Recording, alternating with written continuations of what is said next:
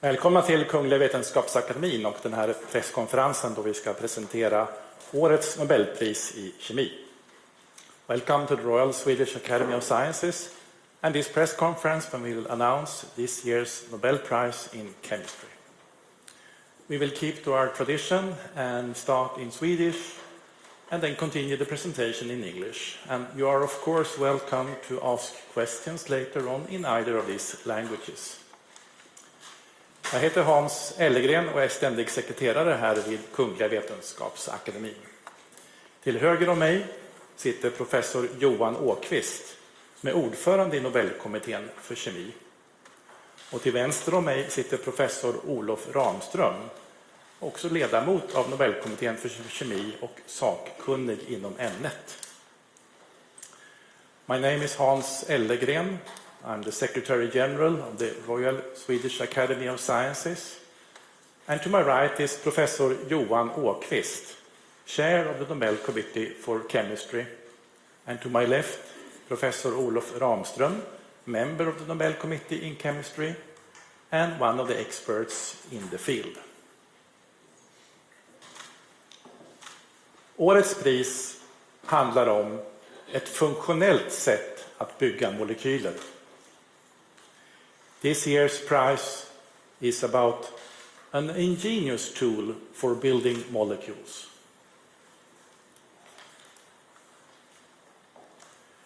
Kungliga Vetenskapsakademin har idag på morgonen beslutat att utdela 2022 års Nobelpris i kemi i lika delar till Caroline Bertozzi, Stanford University, Kalifornien, USA, Mårten Meldal, Köpenhamns universitet, Danmark, och till Barry Sharpless, Scripps Research, La Jolla, Kalifornien, USA.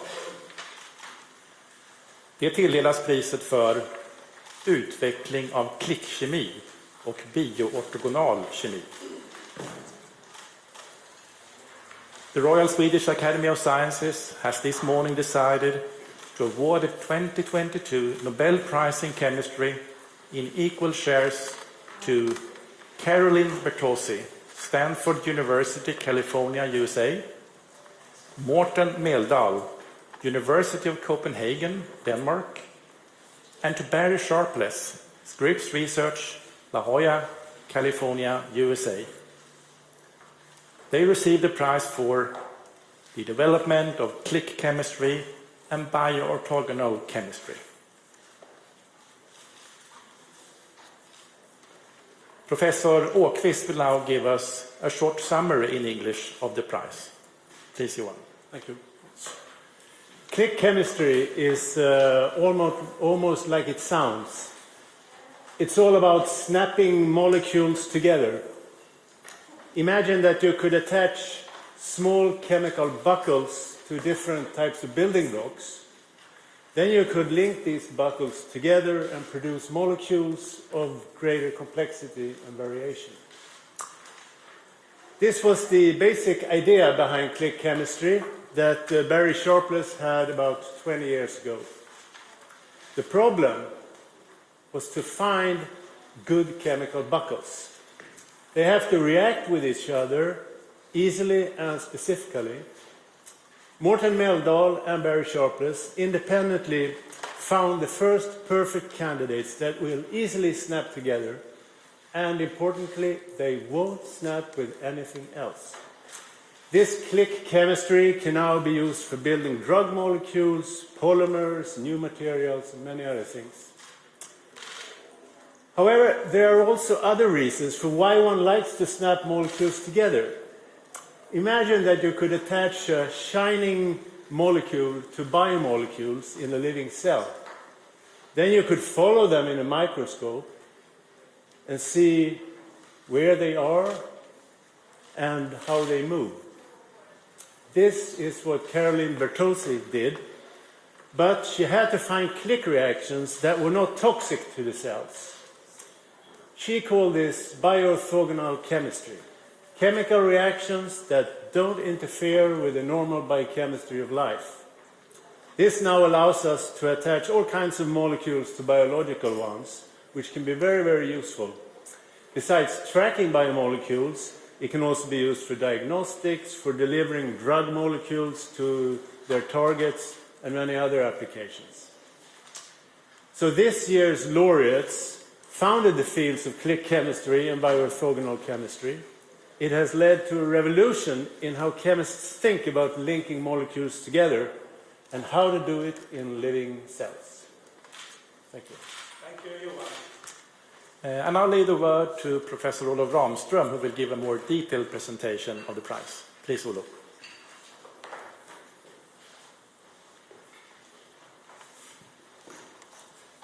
Thank you so much, Hans. Thank you, Johan.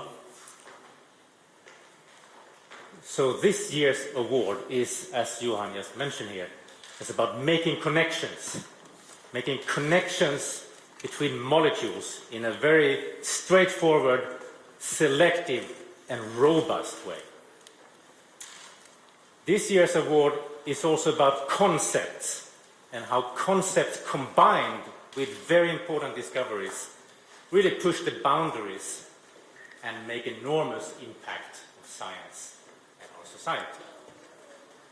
So let's start with the first concept.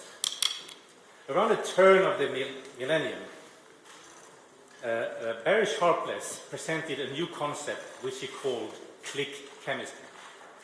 And by this he meant chemistry that was based on very special reactions that worked very efficiently, were very reliable, and gave very robust products, very robust yields of products.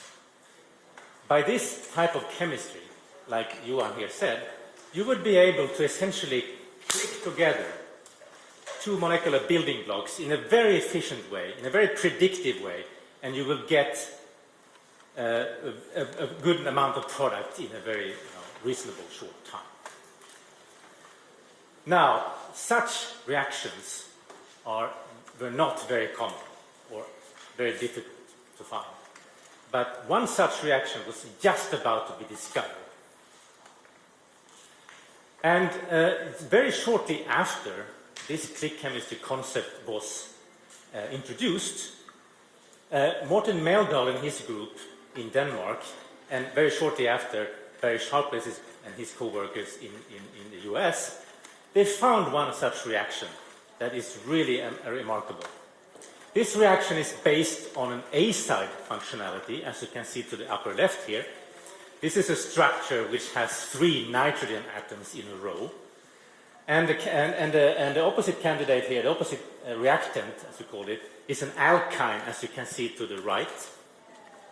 And this alkyne is a kind of structure where you have 2 carbon atoms that have 3 bonds between them, a triple bonded carbon. Now, these 2 reagents, these 2 building blocks, they are not terribly reactive by themselves. And if you mix them together, they will react very sluggishly with one another. And also, they will give mixtures, very often give mixtures of products. So not very good. However, what Meldal's group and Sharpless and co-worker found out was that if you add a little bit of copper, a little bit of copper-1 ions to this reaction mixture, the reaction was dramatically accelerated. And also, it only gave one single product. And the product is this ring-shaped, 5-member ring-shaped product called a triazole.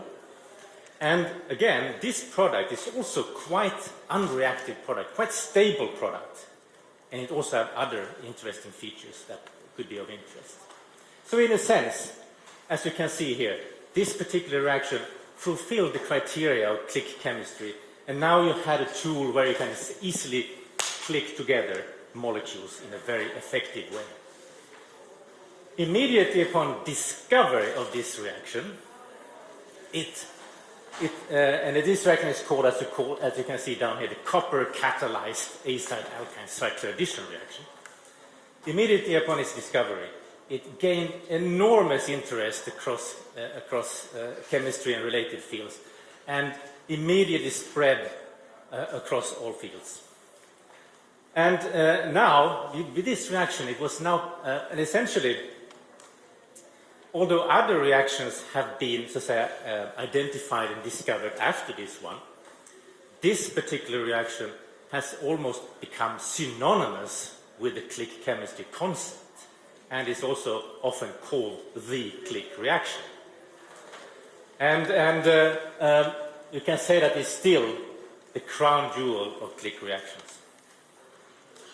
And with this reaction, it's now possible to build together relatively complex structures, as the one you can see here, where you can click together multiple components, multiple building blocks, click them together in sequence or in parallel, giving rise to, in this case, a star-shaped complex molecule, dendrimer-type-like molecule. Now, one of the areas where people wanted to apply this reaction was in biology or biology-biochemistry related areas. But for this reason, in these cases, when you work with living cells, copper is not ideal, and living cells don't really like too much copper. So for this reason, alternative reactions were sought after. And that brings us to the second concept.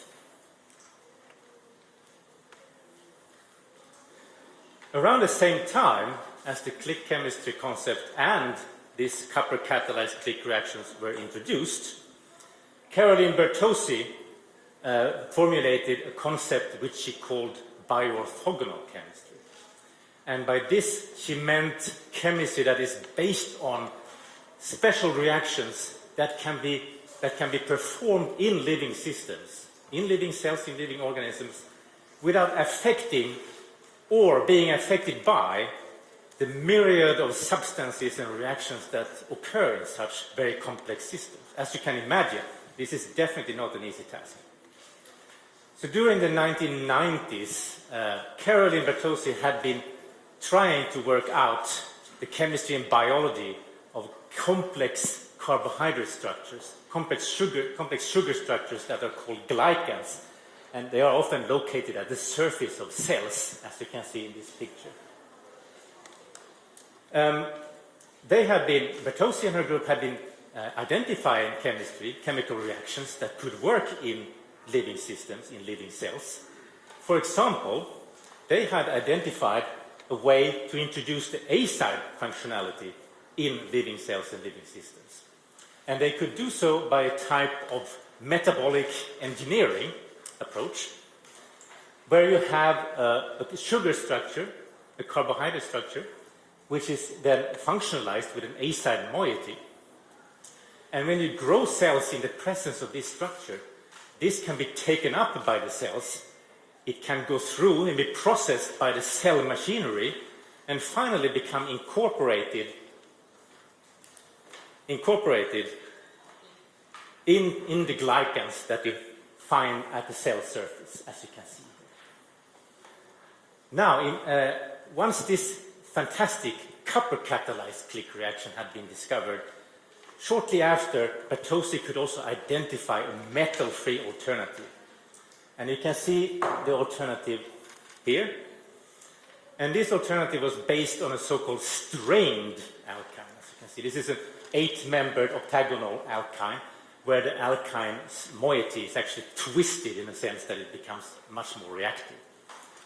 And this alkyne structure, you can then, of course, functionalize any way you want. In this case, for example, with a molecule that can emit green light.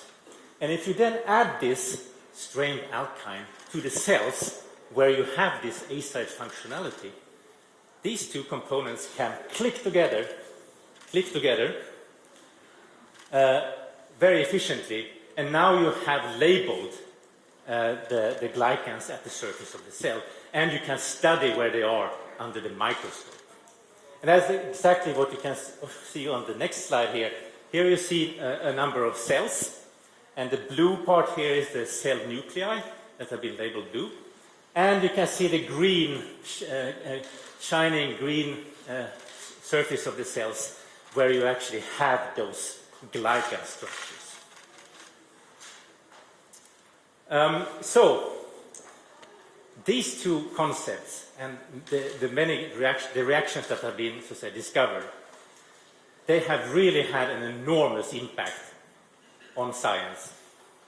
And there are many widely applied across all disciplines of chemistry and related sciences, neighboring sciences. Click chemistry, if you take click chemistry, has been applied almost everywhere. You need to very quickly connect two building blocks.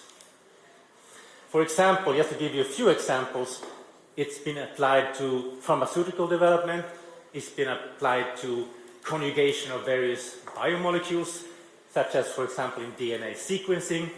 It's also been applied, very much applied in material sciences, where people have been building very advanced and functional materials using these methods.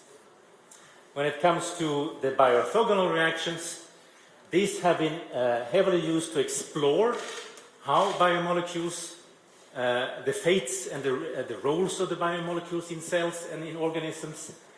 They have been used to study disease and deciphering disease processes, and of course that can then lead to the development of new drugs. And in a little movie you can see here to the bottom left here, we have one such example where you can see a bacterial cell. You can see the cell envelope is marked in green, and inside this bacterial cell one of the proteins has been labeled using this kind of chemistry, and now you can follow it in real time inside the cell.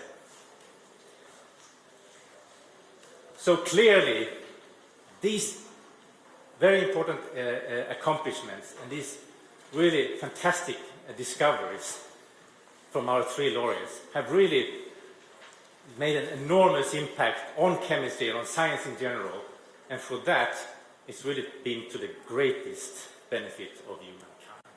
Thank you.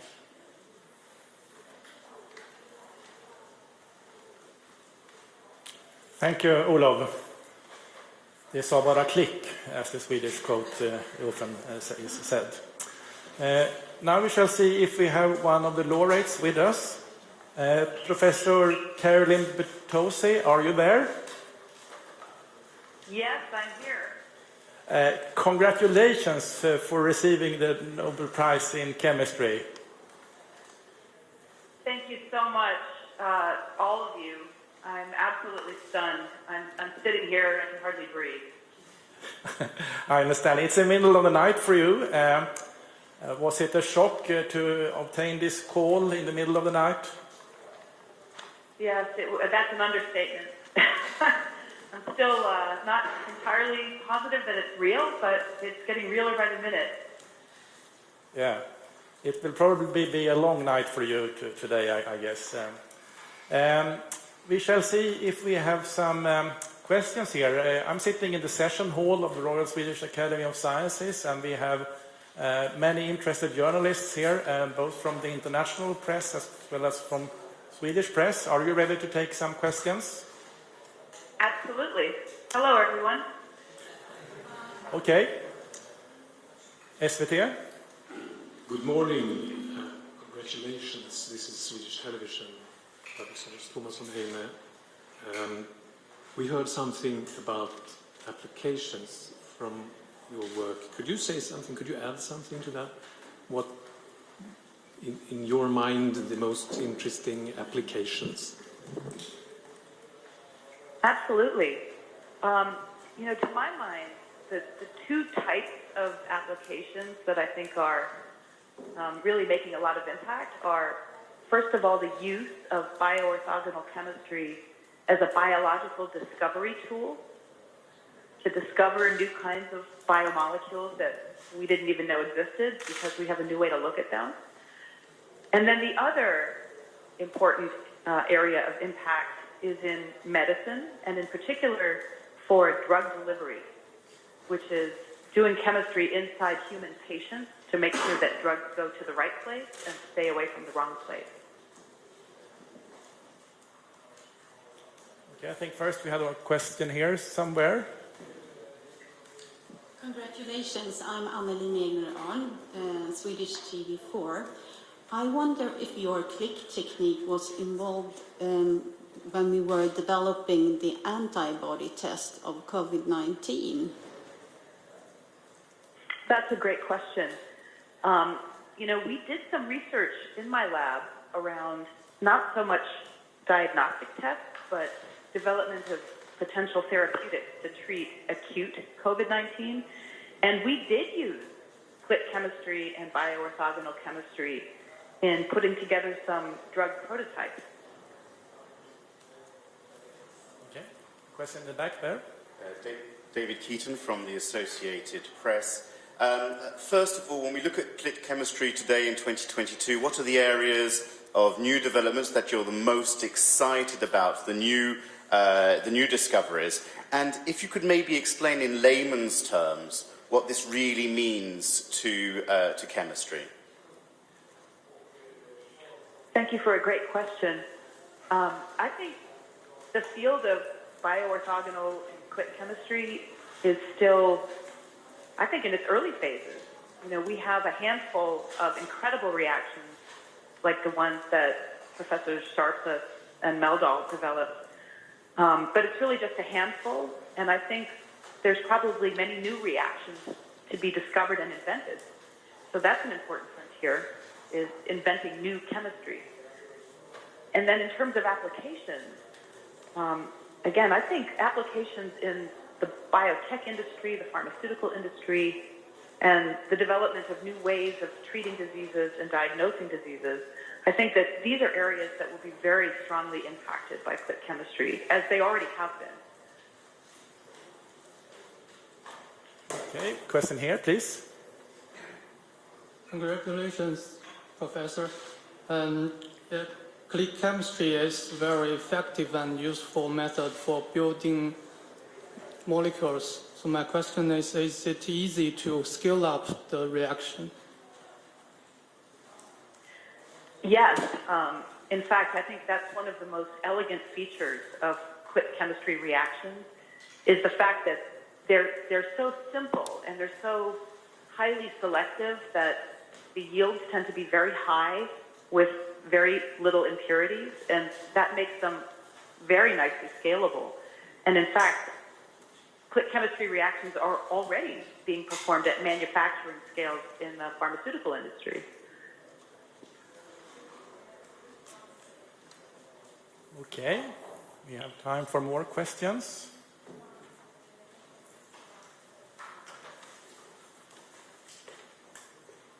Oh, thank you. Pardon me, Philip O'Connor, the Reuters News Agency. Congratulations, Professor.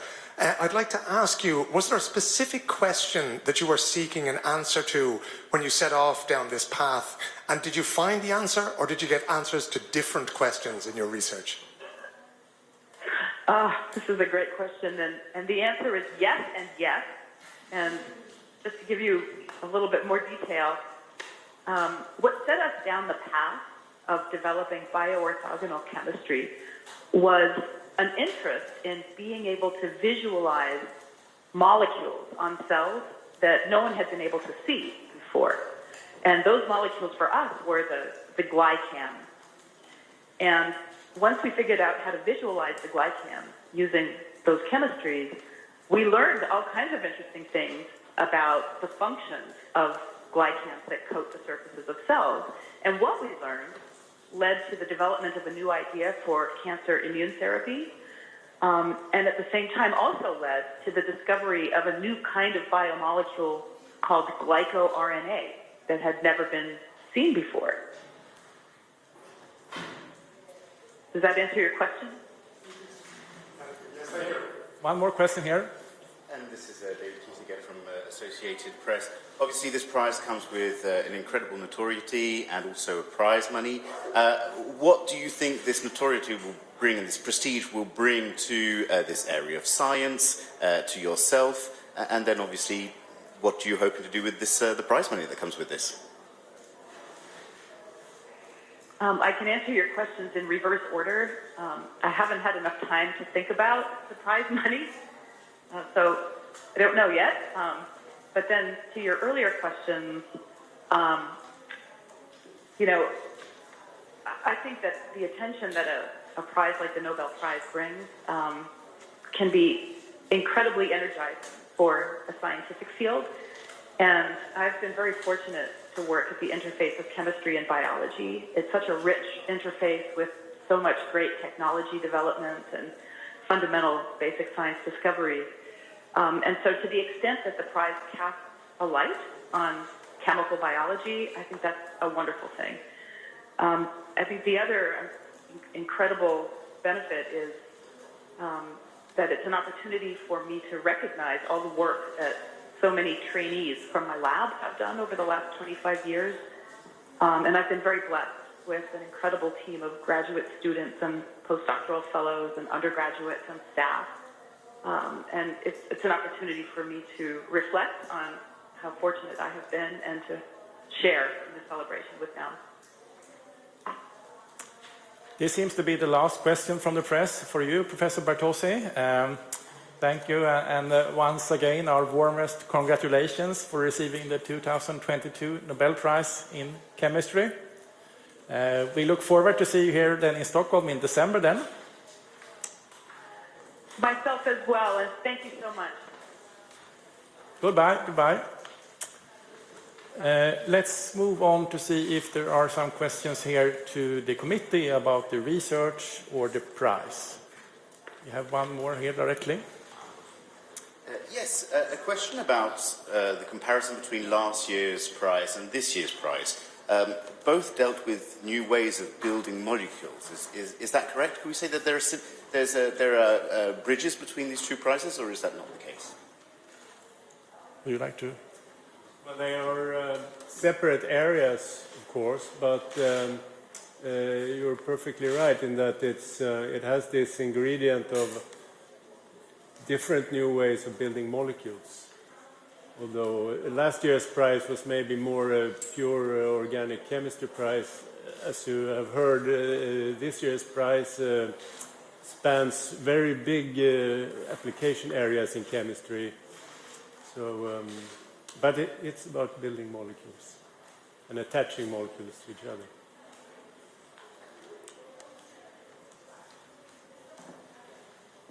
More? Yeah, please. This is Duncan from Nordic Chinese Times.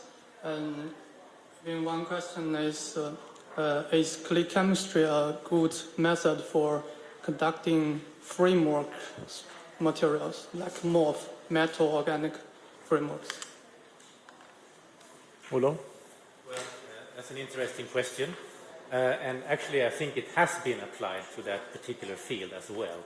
So you can introduce either the acide or the alkyne group, if you use that reaction, in this these organic frameworks that you're referring to. And then you can just click on the other reactant, and then you have a way to functionalize these frameworks very easily and straightforwardly. So yes, it has been used like that.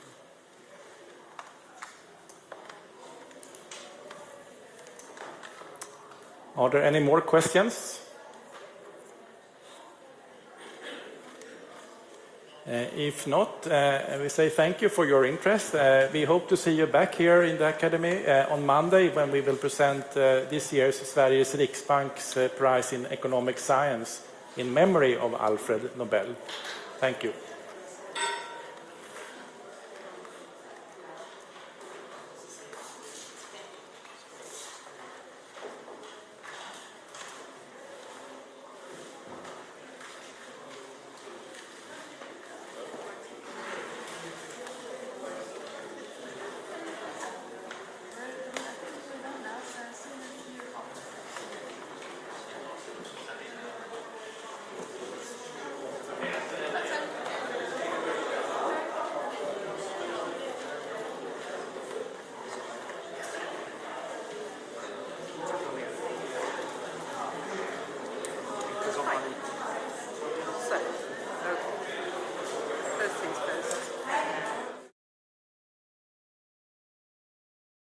Of our country to have gone to a comprehensive school.